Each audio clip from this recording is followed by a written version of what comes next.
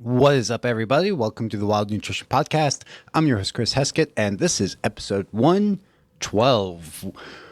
We have another Coffee Talk Friday. Today's episode, I think it's fitting for the first official end. That's still a little bit of a tongue twister.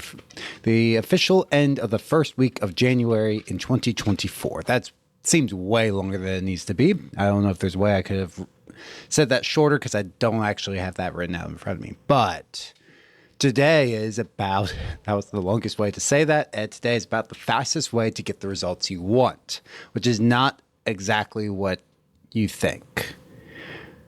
So, everybody wants to get results. Everybody wants to get from point A to point B. They want to get from where they're at now to that dream body. You want to lose 30 pounds. You want to build muscle. You want to get in shape. You want to do whatever it is that goal you have in your mind.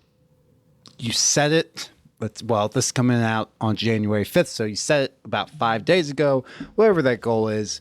And if you didn't, but you're like, I just want to lose weight. I want to get healthier. Okay, we go back. One, download the guide down below that's going to help you set goals.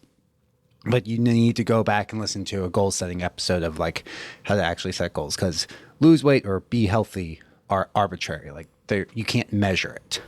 So the fastest way to get results is to go slow.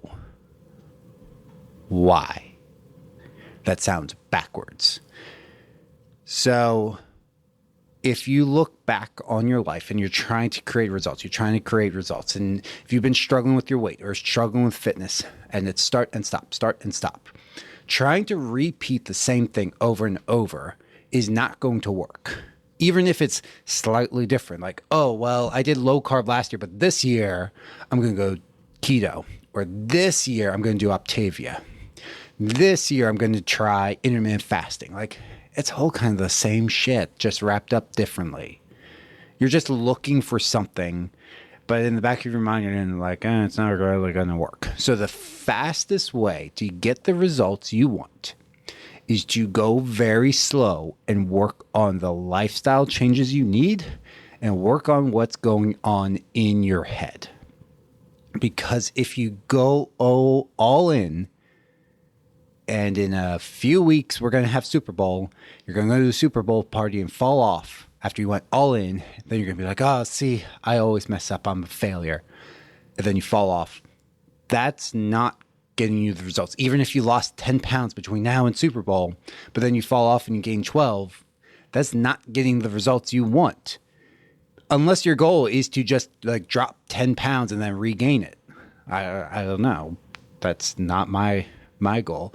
If your goal is to drop the weight and then maintain that weight loss, then if you regain it, you never reached your goal. You got to it and then you lost it. So then it's that repeat each year. Every single year you're repeating. So the fastest way is to actually change your lifestyle, work on your habits, and it's not sexy. It's really fucking boring, but it's going to take longer than you think.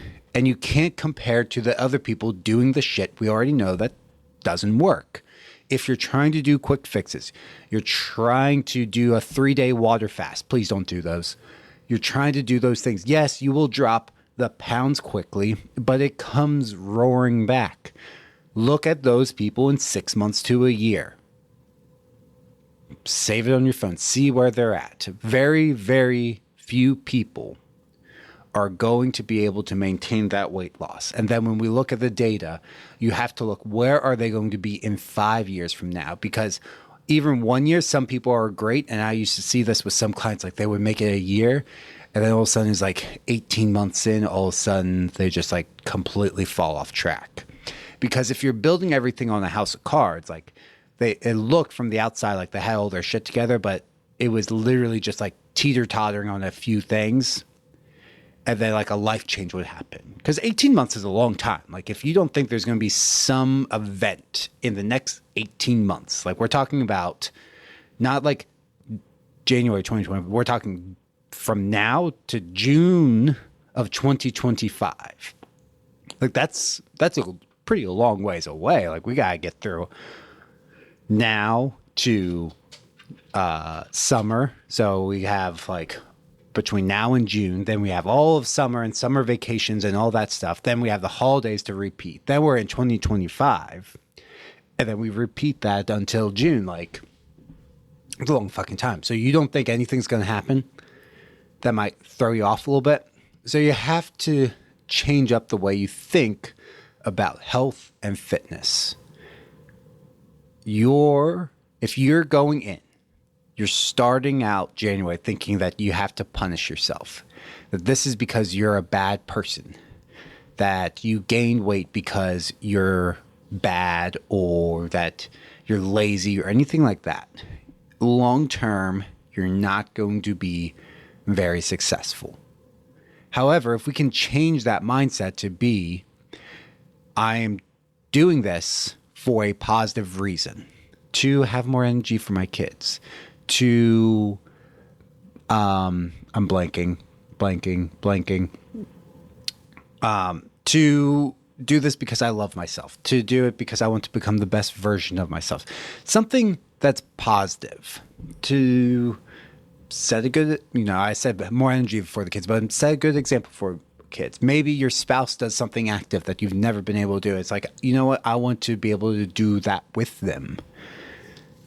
So if you set positive things, then when you reach your goal, it's going to be easier to stay on track. Or when life throws you off track, because life's going to do that, when life throws you off track, then it's going to be easier to get back on track. It is much easier to get back on track when you have something positive going for you. When you're like, hey, like this is a hiccup, like I'm just going to put things on the back burner right now. I was sick for 10 days, then we had the holidays, then we were traveling. Like, there are a lot of things. I didn't get many workouts in. And frankly, like, with everything going on and like barely keeping myself afloat with all of work, like I'm not super motivated to work out right now. I'm like technically starting my diet. I'm just like cleaning shit out of the house right now. I'm starting slow. Like yesterday was my first workout of the week. I should have done it the night before, but instead I spent time with my wife, which we didn't have alone time because like we visited my parents. So from Friday to Monday, we really didn't have alone time. Then we got home Monday night and it was cleaning up because obviously they sent home a bunch of stuff, Christmas stuff for the girls, which is fine. But then it's like we got home, put stuff away, had dinner, got the girls in bed. And then it's like, there's still there. I mean, I still have my suitcase upstairs. I'm not even fully unpacked there. Like there's still stuff to do. There's like Tuesday was the first day we had a breather at night and I got steps in. So I got like over an hour of walking in that day, but I didn't get my workout in, and that's okay. Cause I know next week I'm hitting it hard. So yesterday I did where I'm sore from it because I haven't been consistent with working out. But I was like, okay, I'm just going to get like a basic workout. I'm going to go in and just like do kind of like what I feel like doing. I'm still going to hit it hard. I kind of know the numbers I should be hitting. Went in, did some stuff, called it a day. Tonight I'm going to go in, do a workout, call it a day.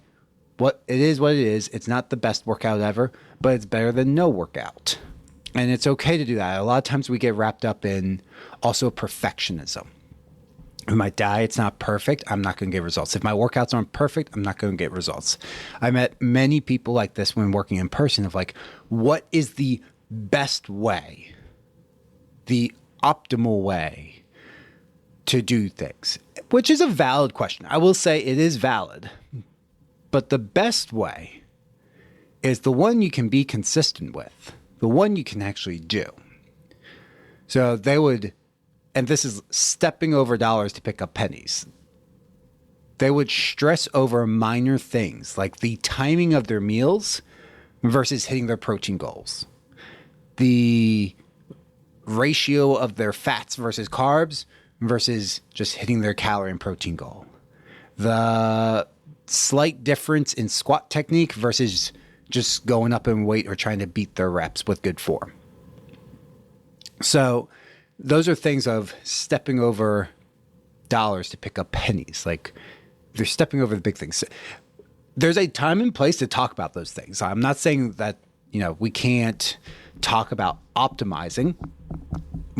That's more like go to the Andrew Huberman podcast. But if you don't have a base, so everything's kind of like a pyramid. If you don't have a base, then there's no reason to talk about the top, because if you build the top, it's just going to fall down and crumble because you don't have a bottom built up. So that's where you want to start. And that's you right now. Or even if you're at like the next level up, you still have a ways to go before we can talk about like the 1% or even 5% or 10%. Like that's where the optimizing stuff, it's like the last, on a generous side, 10%, but usually somewhere between 1 and 5% of your results.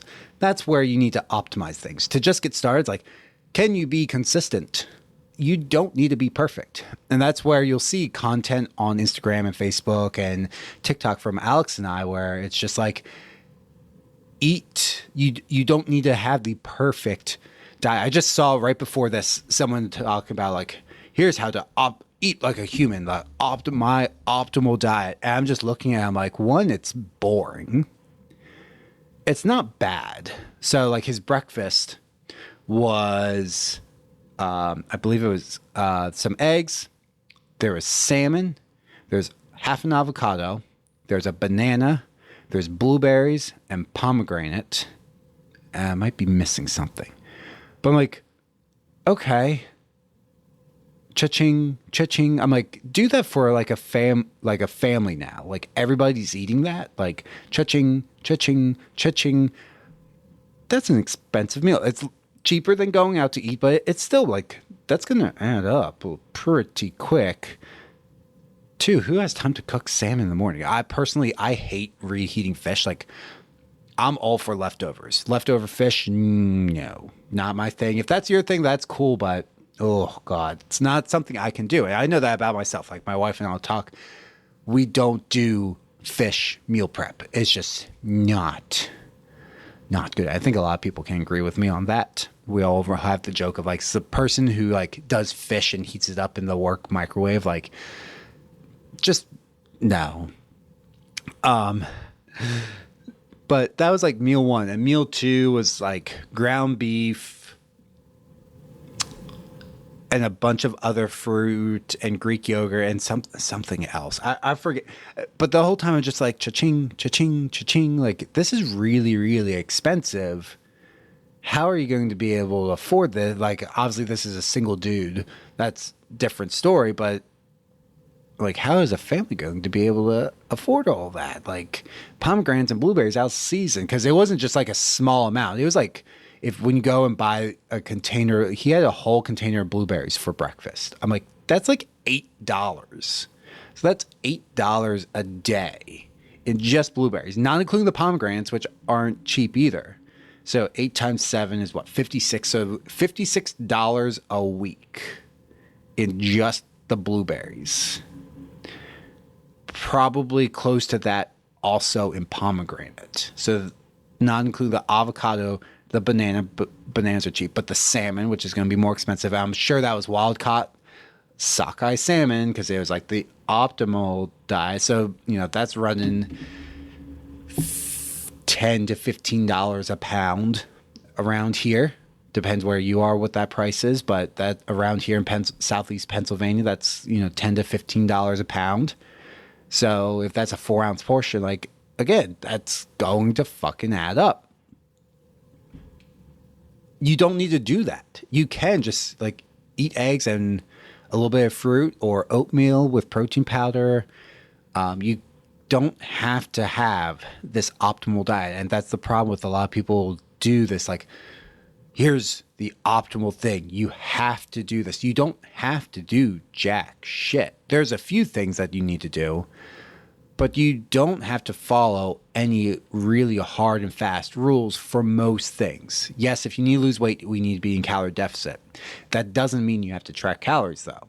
There's many ways to create a calorie deficit.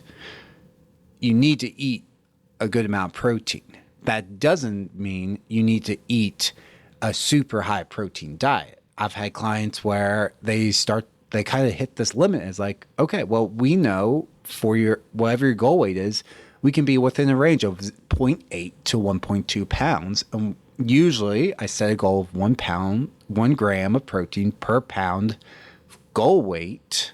So if you're like, I'm 220, my goal is to get down to 160.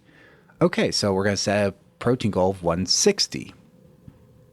But if that's like almost impossible, it's like, okay, well, let's go with 0.8 of 160. So 0.8 times 160 is 128 grams. So basically 130 grams of protein per day. And if you're like, well, is the 160 better? Is it? There's not much of a difference. Is there a difference? Yes. Is there a difference?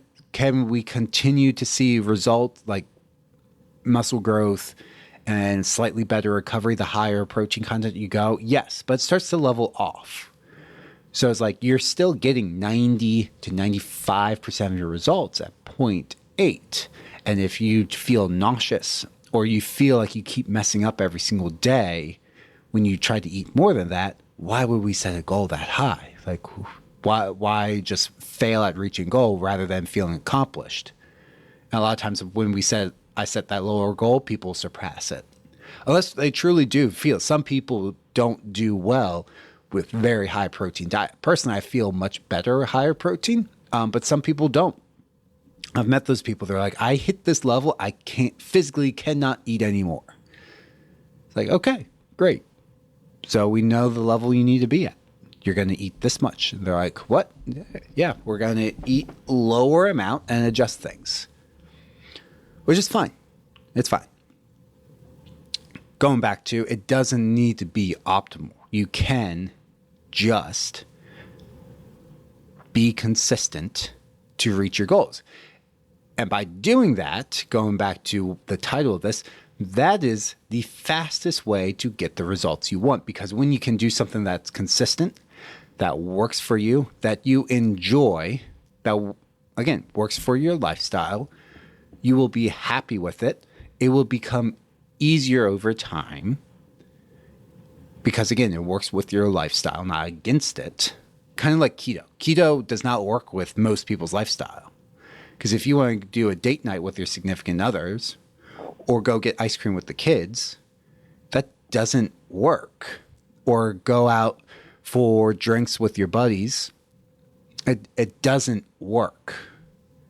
You can't really make keto. You can, but it's very difficult. You're very limited to where you're going to go, or you're just not going to be getting anything, which is okay. Like, I've been in that situation where I just don't get anything. But at the same time, how many times can you do that? How many times can you say no, no, no?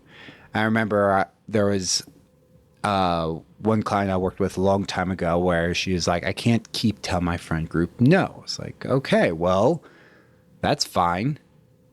But you still can't go out. She's going out like 3 times a week. Like, you can't really be doing that, because the problem was every time she went out, they would order everything. Like, it was the full, like, multiple drinks, appetizer, entree, dessert. Like, you can't do that 3 times a week and try to lose weight. Like, you have to cut that back some. So you have to pick and choose what time of year you're going to do this, how many times, like, you can get away with maybe once a week, or you can limit, like, okay, just get the entree. Let's limit the alcohol, or make that it all work. It becomes very difficult. So if you're going to add keto on top of that, like, it's just not going to happen. Instead, when you make things work for your lifestyle, then on the back end, when you've reached your goal, now you just integrate everything just with more food. Like, you kind of just do the same thing, just with more food, because now it's maintenance, and maintenance is great. You don't stress out about anything. You're not worried as much about calories and all the other stuff. You can just kind of coast. Or you can go into another goal, performance goals, muscle building goals, different things like that, where you still get more food, but now we're chasing specific things if you want to be more goal oriented. But if you've done everything on the weight loss side right now, then you can just roll over everything you learn. Now it's just, okay, great. Now I get bigger portions. I'm going to be hungry less of the time. I'm going to be able to take everything I learned. If you're like, I'm going to do keto to lose weight, and then on the back end of like, well, now I don't know how to eat. Okay, this becomes a problem because now we have to relearn things, figure out recipes to keep your weight where it's supposed to be at your goal weight. And that can be very, very challenging and frustrating because you have to rebuild everything. You just like tear everything down. For the most part, not everything, but tear a lot of it down and rebuild it. So a lot of the habits and things have to change. Versus if you just make things work with like a balanced diet, you're just eating slightly smaller portions, you just increase the portions. You can make other foods fit easier. For example, you can eat pizza while you're on a diet, but every slice might be 300 calories, which means you get two slices for dinner. And you're like, that goes nowhere. Like that does not fill me up. So you're less likely to eat those foods while dieting. It doesn't mean you can't have them, but you end up making a choice. I did this in my content yesterday. I don't like white pasta during a dieting phase. Why? No fiber, so it's not filling. So every time we do that, I'm always hungry, and I can do it a day or two, but after a while, like my least favorite thing is to be hungry at night while dieting. Well, hungry at night in general, but especially when dieting. Being hungry at night, for me, is miserable. I don't like it. So whole grain pasta is much more filling. So it's, okay, we're going to swap that out. So then during a maintenance phase, or if I'm trying to put on muscle or trying to chase performance goals, all I do is now we can add the white pasta. We can do that instead. It's not to say that white pasta is bad. It's just less filling. It's lower on the satiety index, which is what yesterday's reel was about. Potatoes are more filling than rice, so we're going to do potatoes more often. Baked potatoes, boiled potatoes, mashed potatoes, those things. So those are just things that are easier to fit in. You can easily fit in a slice of lasagna into maintenance. You might not choose to have lasagna for a dieting phase because of how much fat is in there and it's high calorie. It's not to say you can't make lower calorie, but like good classic lasagna, like all the healthier stuff, like it's okay. We've had it. I've had it. It's not the same. It's not when you're thinking of like classic lasagna. Now, if you're going in knowing like, hey, this lasagna is done this way, we all really like it, that's one thing. But if you're going in thinking like, okay, tonight we're going to have this healthier lasagna and you're expecting it to be classic lasagna, you tend to be a little disappointed. Again, not saying one's necessarily better than the other, but when you have certain expectations, it's like expecting like classic mac and cheese. Like, good luck fitting a filling portion of mac and cheese into a diet phase. You can do it. You are going to be starving later. You can. So a lot of times people will make like healthier versions. It's not the same. It's not bad, but don't go in expecting like it's exactly the same. I think I've kind of deviated off the point now. Oh, well, it's basically maintenance and stuff just makes life easier. It also gives you more options. It gives you more options once you get to that phase, but you have to get to it first. So slow down. I'm going to start wrapping this up now that we're pushing 25 minutes. Slow down with your goals. Give yourself more time than you think because things pop up. Life gets in the way. Said this last year. I had COVID a few weeks after starting my diet, and then we had a vacation plan. Things get in your way. It's going to slow down your results. That's okay. That's called life. Very few people have like nothing gets in their way for the next 6 months. Like between now and June, you don't think anything's going to pop up that might throw you off. We have Super Bowl. We have Valentine's. We have St. Patty's. If you celebrate it, we have Easter. There's a few like Martin Luther King Day where school's off if you have kids, or if you work a government job, I think you're off. I'm not sure if there's any other holidays like that between now and June. But then June you have, it's Memorial Day, right? I always get Memorial Day and Labor Day mixed up. I know I shouldn't. After 33 years on this planet, I should have those pretty like straightforward, but I still get them backwards. So we have one of those. So that's like most people's official kickoff to summer. You go to the beach. So if you're not quite there yet at your goal, you're like, oh, I have a few more weeks. Maybe it's more like July. And it's like, oh, and then this vacation gets in the way. So there's a lot of things that can get in your way. So give yourself more time. It doesn't matter, though, in the long run. Because if you've been trying to do something for years and years and years and years, and you keep burning yourself out in 8 weeks, and you give yourself 6 months, well, it took you 6 months to get there, but who cares? Because that's a drop in the bucket compared to the last 10 years of trying and failing, trying and failing, trying and failing.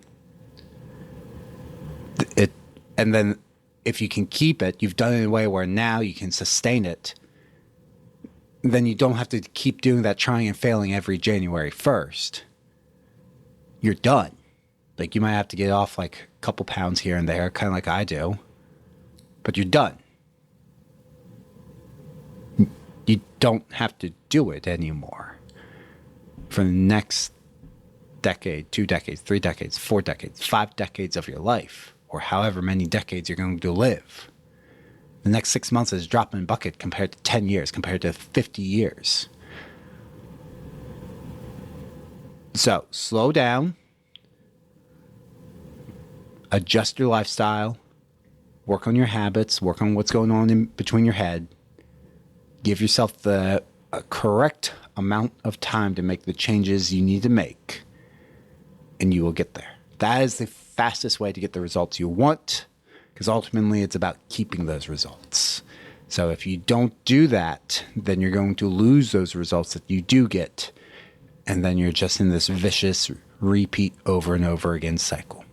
Anyways, thanks for tuning in, guys. That's it. As always, if you need additional help, please go down below, download the free guide, or you can also fill out the application for one-on-one coaching, as we are accepting 12 clients in January.